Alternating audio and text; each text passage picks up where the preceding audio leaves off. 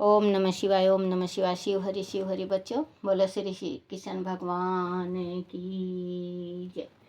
सदा भवानी दाहिने सम्मुख रहो गणेश, रामा सम्मुख रहो गणेश। पांच देव रक्षा करो, ब्रह्मा विष्णु महेश, सियापति राम जय जय राम। मेरो मन बसियो सीताराम, राम नगरिया राम के बसते गंगा तीर, रामा बसते सरयू तीर, रामा चौकी हनुमत वीर की, राम जी चौकी हनुमत वीर की। बोलो सियापति रामचंद्र भगवान की जय। गणेश भगवान की जय। शिव पार्वती की जय। अपने अपने माता पिता की जय। अपने अपने गुरुदेव महाराज की जय हो। शिव पुराण की जय। शिव पुराण में करने से दारिद्र्य भी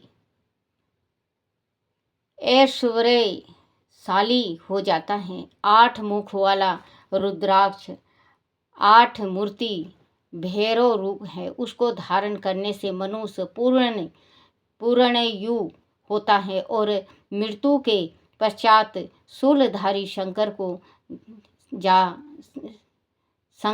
हो जाता है। 9 मुख वाले रुद्राक्ष को भैरव तथा कपिल मुनि का प्रतीक माना गया है, अथवा 9 रूप धारण करने वाली महेश्वरी दुर्गा उनकी आदिष्टत्री देवी मानी गई हैं। जो मनुष्य भक्ति प्रायण हो अपने बाएं हाथ में 9 मुख रुद्राक्ष को धारण करता है, वह निश्चय ही मेरे समान सर्वेश्वर हो जाता है। इसमें संशय नहीं है। महेश्वरी 10 मुख वाला रुद्राक्ष साक्षात भगवान शिव विष्णु का रूप है। देवेश्वरी आपको धारण करने से मनुष्य की संपूर्ण कामनाएं पूर्ण हो जाती है। महेश्वरी 11 रुद्र मुख जो रुद्राक्ष है वह रुद्राक्ष रूप है, उनको रुद्र रूप है। 11 मुख वाला जो रुद्राक्ष है वह रुद्र रूप है, उनको धारण करने से मनुष्य सर्वत्र विजयी होता है। 12 मुख वाला रुद्राक्ष को केशव प्रदेश में धारण करें। केश प्रदेश में मतलब बालों में, जटाओं में, चोटी में धारण करें। उसके धारण करने से मानो समस्तक पर 12 आदित्य विराजमान हो जाते हैं। 13 मुख वाला रुद्राक्ष सॉरी बच्चों, विशेष से देव का सपरश है। उनको धारण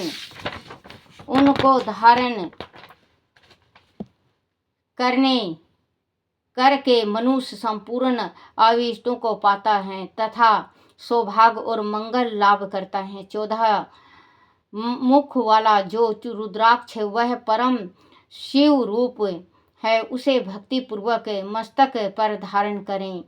इससे समस्त पापों का नाश हो जाता है। गिरिजा कुमारी इस प्रकार मुखों के भेद से रुद्राक्ष 14 भेद बताए गए हैं। अब तुम क्रमशः उन रुद्राक्ष के धारण करने का मंत्र प्रसन्नता पूर्वक सुनो।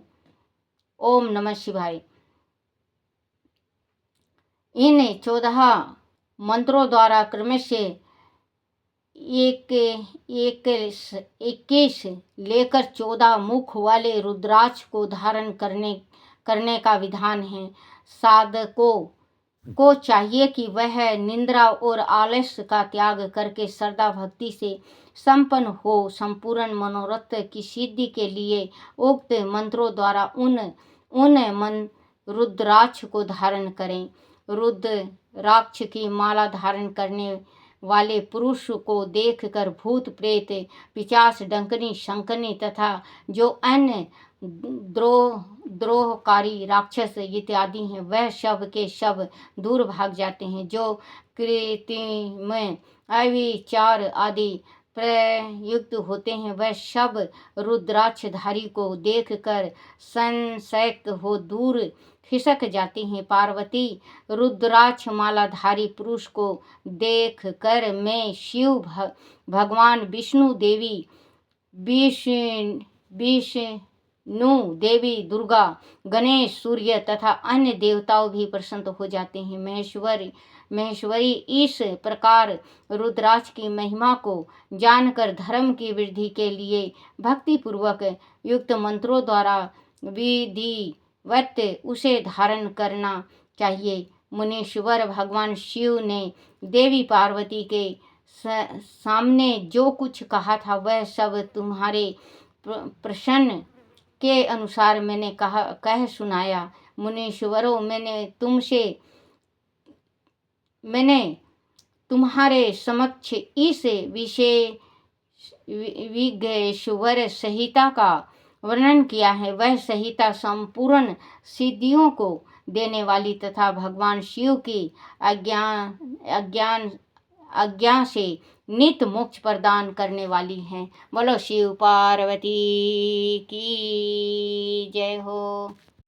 बोलो श्री कृष्ण भगवान की जय। अथा पद्मा एकादशी व्रत कथा। आषाढ़ मास शुक्ल पक्ष की एकादशी का कथा। युधिष्ठिर जी बोले, हे केशव, आषाढ़ शुक्ला पक्ष की एकादशी का क्या नाम है? उसका देवता कौन है? वह मुझसे कहिए।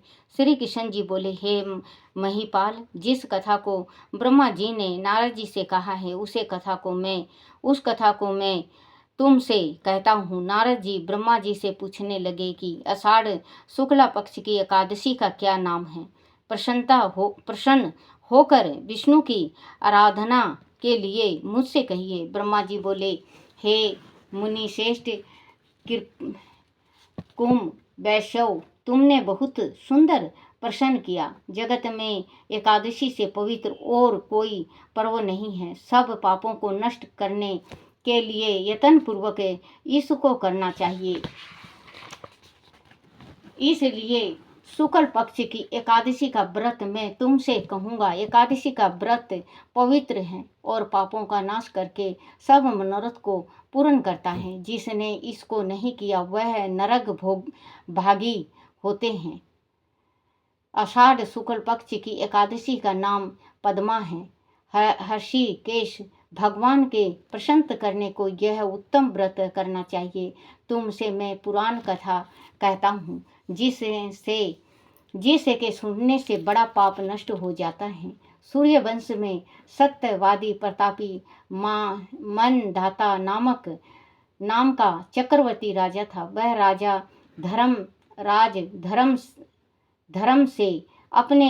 राजा धर्म से अपने पुत्र की तरह प्रजा का पालन करता था। उसके राज्य में अकाल रोग और मानसिक चिंता नहीं रहती थी। उसकी पूजा अंतक रहित और धन ध्यान से पूर्ण थी। उसे राज करते हुए बहुत बरस बीत गए। 3 बरस तक उसके राज्य में वर्षा नहीं हुई। इससे उसकी प्रजा भूख प्यास से पीड़ित होकर व्याकुल हो गई। अन्न के प्रभाव से पीड़ित होने के कारण उसके देश में स्वाहा सवैधि वस्त्र कारक और वेद पाठ बंद हो गया। फिर प्रजा आकर राजा से बोली, हे राजन, मेघ रूपी विष्णु भगवान सब में व्यापक हैं। वह ही वर्षा करते हैं। वर्षा से अन्न होता है, अन्न से प्रजा होती है। हे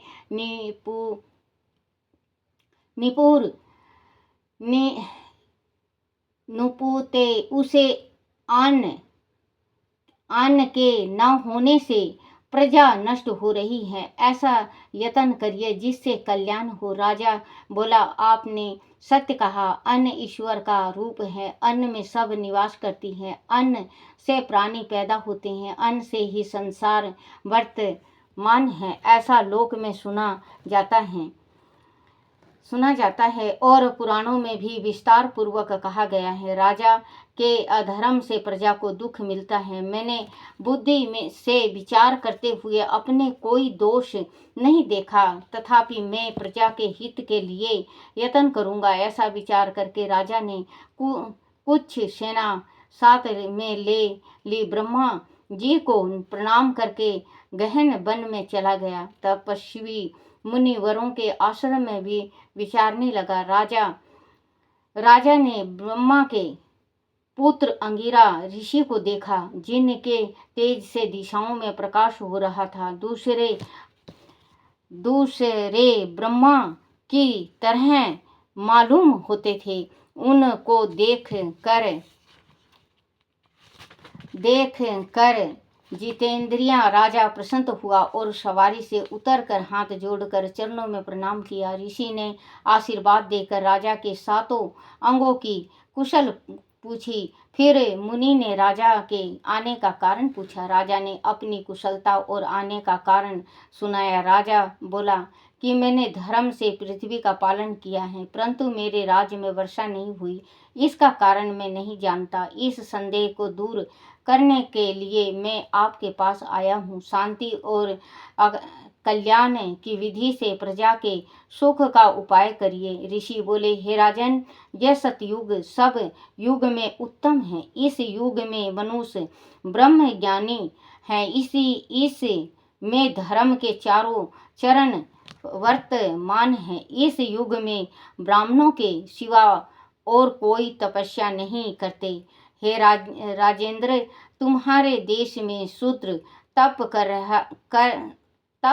रहा है। उनके अनुचित कार्य करने से वर्षा नहीं हो रही है। उनके मारने का उपाय करो, जिससे दोष शांत हो। राजा बोला, तप करते हुए को बिना अपराध के मैं नहीं मारूंगा। दुख दूर करने को धर्म का उपदेश दीजिए। ऋषि बोले, हे राजन, जो ऐसा है तो एकादशी का व्रत करिए। आषाढ़ के शुक्ल पक्ष में पद्मा नाम की प्रसिद्ध एकादशी है। उसके व्रत के प्रभाव से निश्चय ही वर्षा होगी। वह सब सिद्धियों की देने वाली और सब उपद्रवों को नष्ट करने वाली है।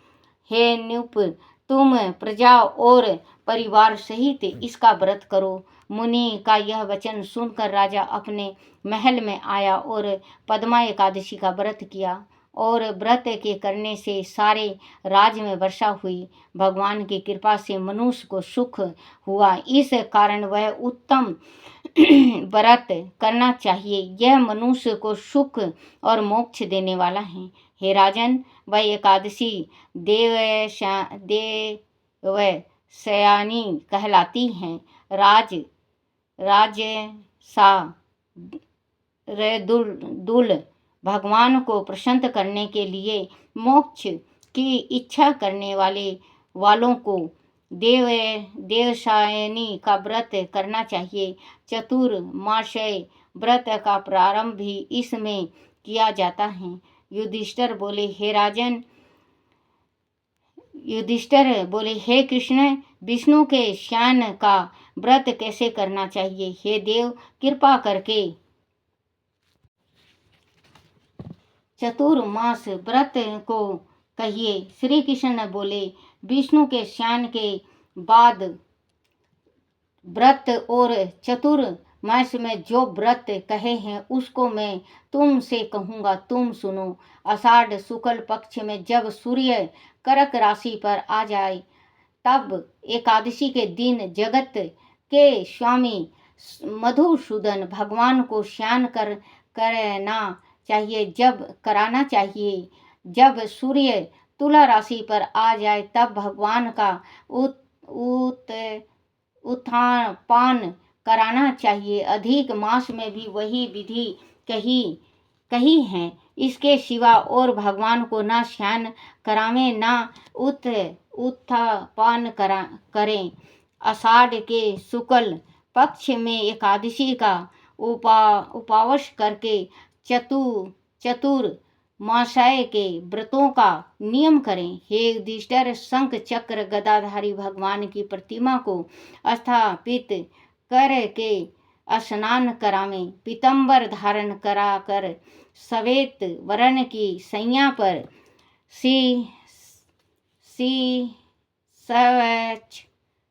स्वच्छ तकिया लगाकर श्वेत वस्त्र उठाकर स्नान करवावें। वेद ज्ञान ब्रह्मा द्वारा पंचामृत से स्नान करावें। सुंदर गंध लेपन करके धूप दीप और सुंदर फूलों से पूजन करें। इस मंत्र को बोलें कि हे हरिषि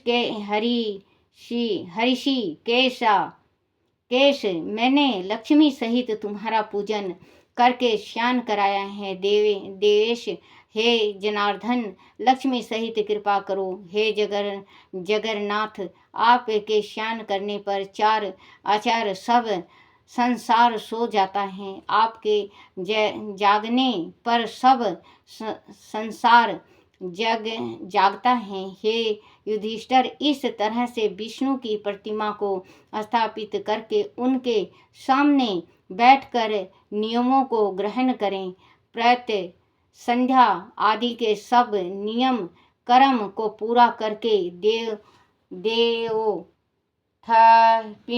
एकादशी तक 4 महीने का नियम लें। हे प्रभु, मेरे इन शुद्ध नियमों को निर्विघ्नता से पूर्ण करिए। इस प्रकार शुद्ध चित्त से प्रार्थना करें। मेरा भक्त स्त्री हो अथवा पुरुष, वह दातुन कुल्ला करके धर्म के लिए व्रत करे और इन नियमों का पालन करे। व्रत के प्रारंभ के 5 समय कहे गए हैं। चतुर्मास के व्रतों का आरंभ आषाढ़ में करना चाहिए। एकादशी, द्वादशी, पूर्णिमा, अष्टमी, करक की संक्रांति, इनमें विधि पूर्वक व्रत का प्रारंभ करें। मनुष्य 4 प्रकार से व्रत को ग्रहण करके कार्तिक शुक्ला पक्ष की द्वादशी को उसे समाप्त कर चतुर्मास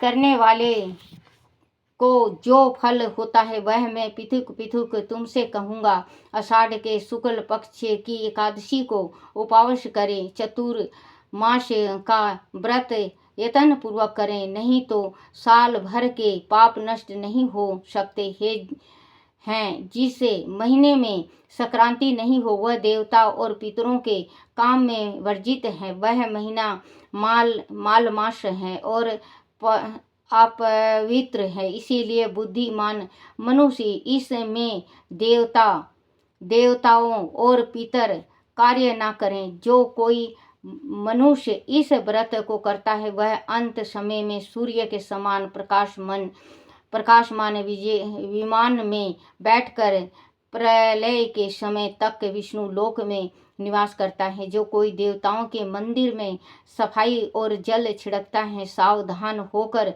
चतुर्मास का व्रत करते हैं और समाप्ति में ब्राह्मण को भोजन कराते हैं, वह विपेंद्र, वह 7 जन्म तक सत्य और धर्म में तत्पर होते हैं। जो कोई दही, दूध, घी, शहद पूरे से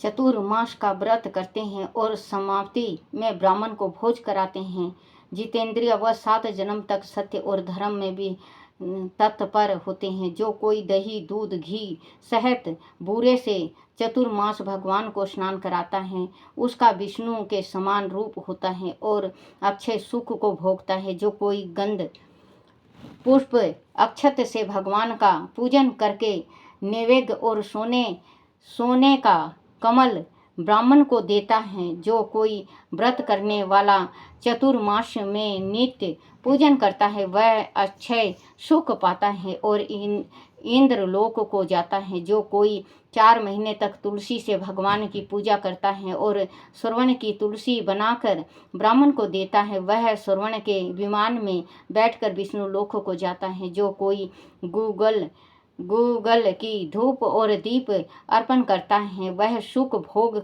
भोगने वाला धनवान और भाग्यशाली होता है। चतुर्मास का व्रत समाप्त होने पर धूप और दीप का दान करना चाहिए। जो कोई कार्तिक शुक्ल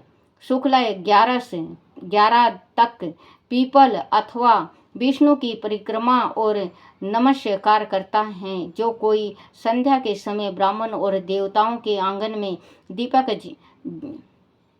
जलाता है और नित्य समाप्त होने पर स्वर्ण दीपक वस्त्र और तेल का दान करता है, वह तेजस्वी देवता होकर विमान पर बैठता है और गंधर्व अप्सराएं उसकी सेवा करती हैं। जो भगवान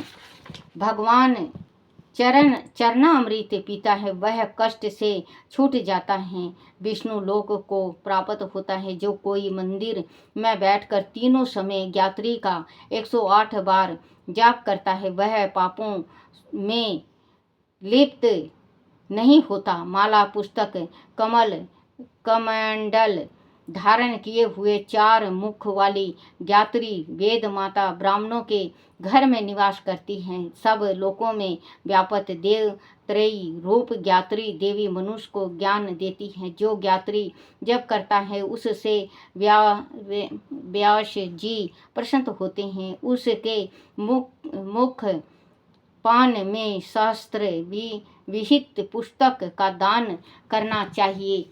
सब विद्याओं के समान शांति देने वाला सुंदर अक्षरों की पुस्तक में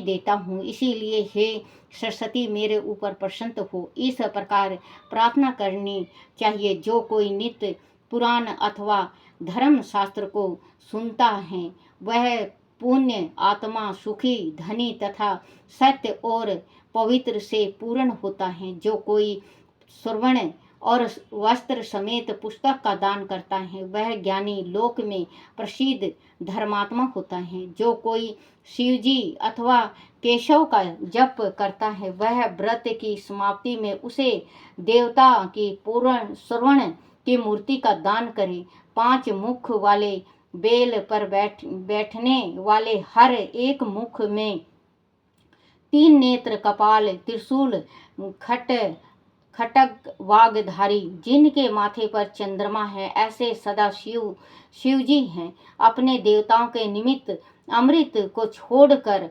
हलाहल विष को धारण किया है। प्रभु आप रूप के देने वाले पुण्य आत्मा, दोष सहित और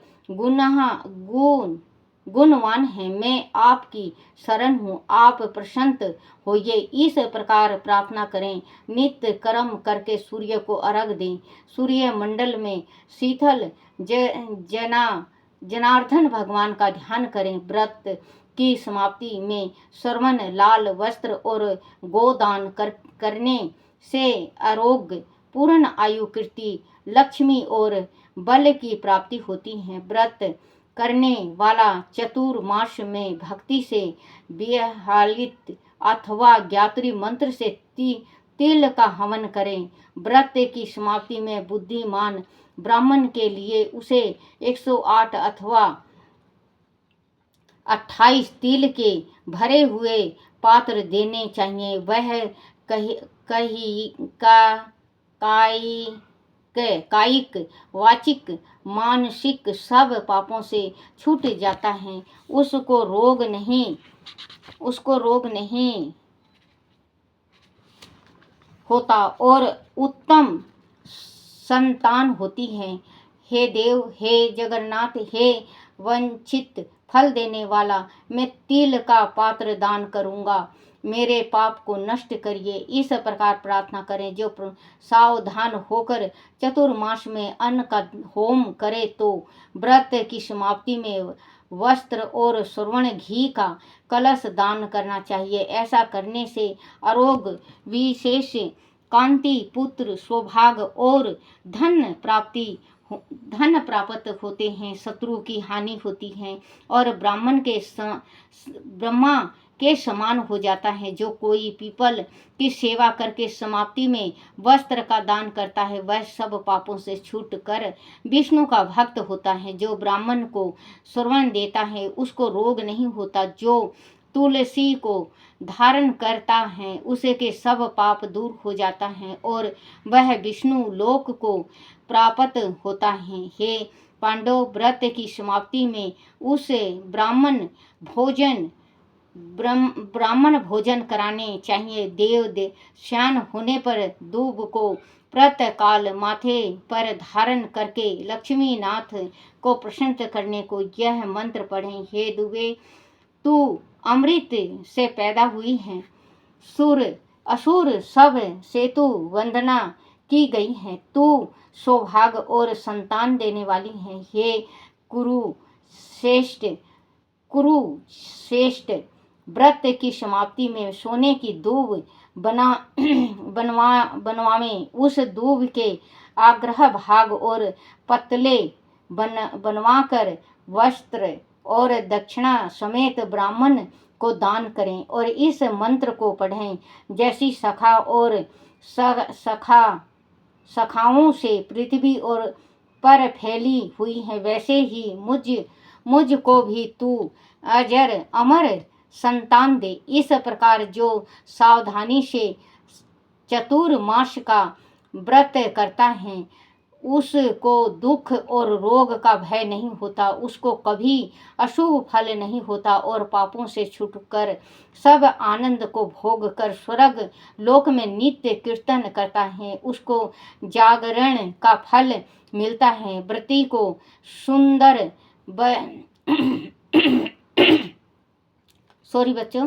सुंदर बजाने वाला घंटा देवता के निमित्त दान करना चाहिए और प्रथम प्रार्थना करनी चाहिए कि गुरु की आज्ञा और संध्याएं में जो मैंने पढ़ा है सरस्वती, हे ब्राह्मणी, हे विष्णु शिवा दियों को प्राथमिक, हे सुंदर मुखी, मेरे ध्यान में जो मूर्खता हुई है उनको दूर कर तू घंटा के शब्द से प्रसन्न हो। व्रत की समाप्ति में 2 अथवा 1 दूध की गौ देनी चाहिए। हे राजेंद्र, जो शक्ति नहीं हो तो 2 वस्त्र देने चाहिए। सब वेदों के ज्ञाता ब्रह्मा को जो नित्य प्रणाम करता है वह मुक्त होकर सब पापों से छूट जाता है। जो कोई पितरों की भक्ति करता है वह अखंड सुख को पाता है। व्रत की समाप्ति में जो ब्राह्मण को भोजन कराता है उसकी आयु और धन बढ़ता है। जो प्रातः काल संध्या करके नियम की समाप्ति में ब्राह्मण को घी का घड़ा, 2 वस्त्र, तिल और घंटा देता है वह सरस्वती के तत्व को जानकर विद्वान होता है। जो कपिल गो का दान करता है वह धनवान होता है। जो श्रृंगार करके कपिल गो का दान करता है अथवा पृथ्वी देता है वह दीर्घ आयु प्रतापी चक्रवर्ती राजा होता है। सदा दान करने वाला मनुष्य सब दुख से छूट कर रूपवान और भाग्यशाली होकर अखंड सुख को भोगता है। शरीर में जितने रोम हैं उतने वर्ष तक स्वर्ग में इंद्र की तरह बसता है। जो सूर्य अथवा गणेश को नित्य नमस्कार करता है वह आयु, आरोग्य, ऐश्वर्य और उत्तम कांति को प्राप्त होता है। गणेश जी की कृपा से उसकी इच्छा पूर्ण होती है। निस्संदेह सब जगह उनकी विजय होती है। सिंदूर के समान लाल रंग का सूर्य बनाकर संपूर्ण कामना सिद्ध होने के लिए उस प्रतिमा को ब्राह्मण को दे दे।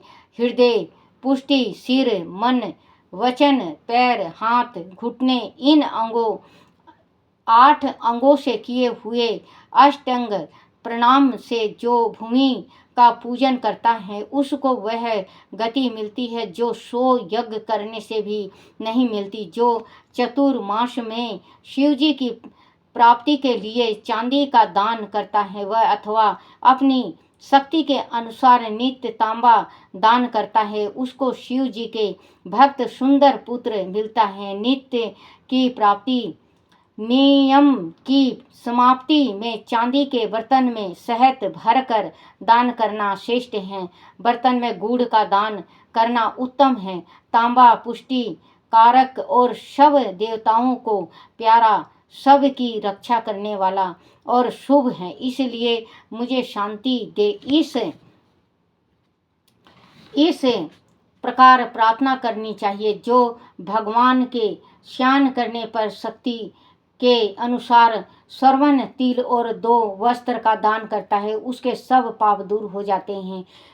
इस लोक में सुख भोग कर अंत में शिव लोक को जाता है।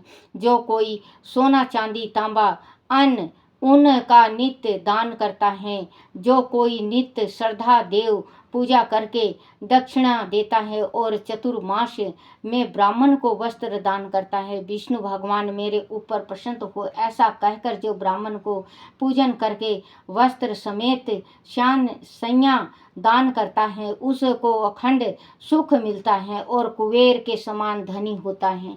जो मनुष्य वर्षा ऋतु में गोपी चंदन देता है और देवताओं के शरीर में कुमकुम आदि लगाता है उससे भगवान प्रसन्न होकर भक्ति और मुक्ति देते हैं।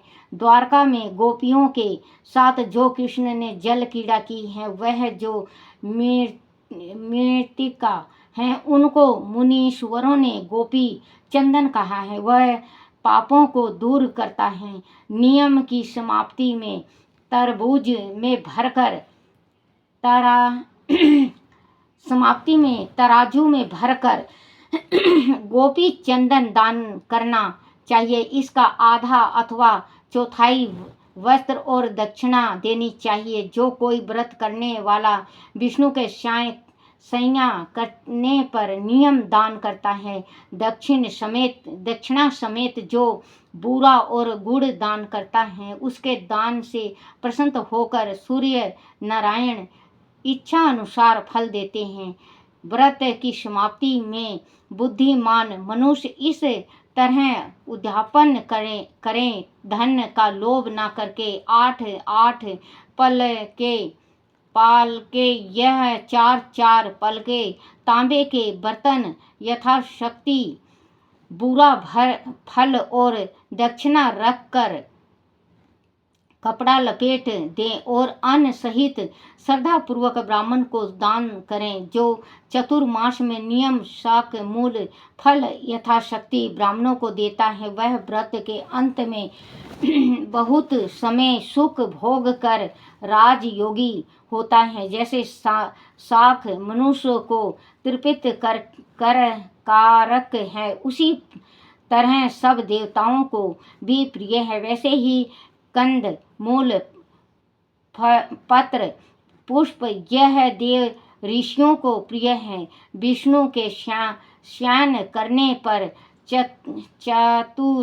चतुर्मास में जो इसका दान करता है देवता उसका कल्याण करते हैं। इस तरह से जो व्रत करता है 100 वर्ष तक जीवित रहता है सॉरी बच्चों और इच्छा पूरी होती है। पर इसके करने से केशव भगवान प्रसन्न होते हैं। जिस दिन से भगवान क्षीर सागर में स्नान करते हैं और जब जागते हैं उतने दिन का आग्रह चित्त से उपवास करने वाले मनुष्य को गरुड़ ध्वज भगवान श्रेष्ठ गति देते हैं। बोलो श्री कृष्ण भगवान की जय। फलहार इस दिन दाख का फलहार लेना चाहिए। बोलो श्री कृष्ण भगवान की जय हो। अपने अपने गुरुदेव महाराज की जय हो। ओम नमः शिवाय, ओम नमः शिवाय, ओम नमः शिवाय, ओम नमः शिवाय, ओम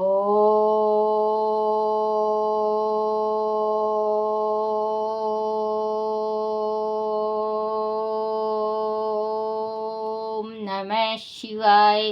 बोलो शिव पार्वती की जय हो।